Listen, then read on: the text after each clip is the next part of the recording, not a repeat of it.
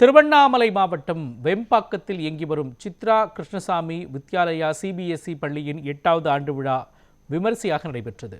பள்ளியின் நிறுவனரும் முன்னாள் எம்பியுமான கிருஷ்ணசாமி வாழ்த்துக்களுடன் நடைபெற்ற இந்நிகழ்ச்சியில் பள்ளியின் தாளாளர் விஷ்ணு பிரசாத் எம்பி தலைமை தாங்கினார்.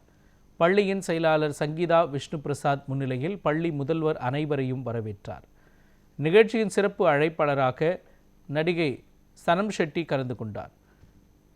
நிகழ்ச்சியில் பேசிய பள்ளியின் தாளாளர் விஷ்ணு பிரசாத் எம்பி, உலக அளவில் மாணவர்கள் சாதனை படைக்க வேண்டுமென்றால் மாணவர்கள் அனைத்து மொழிகளிலும் கற்று சிறக்க வேண்டும் என்று தெரிவித்தார். இதனைத் தொடர்ந்து பேசிய பள்ளியின் செயலாளர் சங்கீதா விஷ்ணு பிரசாத், மாணவர்கள் புதிய முயற்சி, புதிய பாதை பற்றி யோசித்து புதிய விஷயங்களை அறிந்து கொண்டு படிக்க வேண்டும் என்றும் அறிவுரை வழங்கினார்.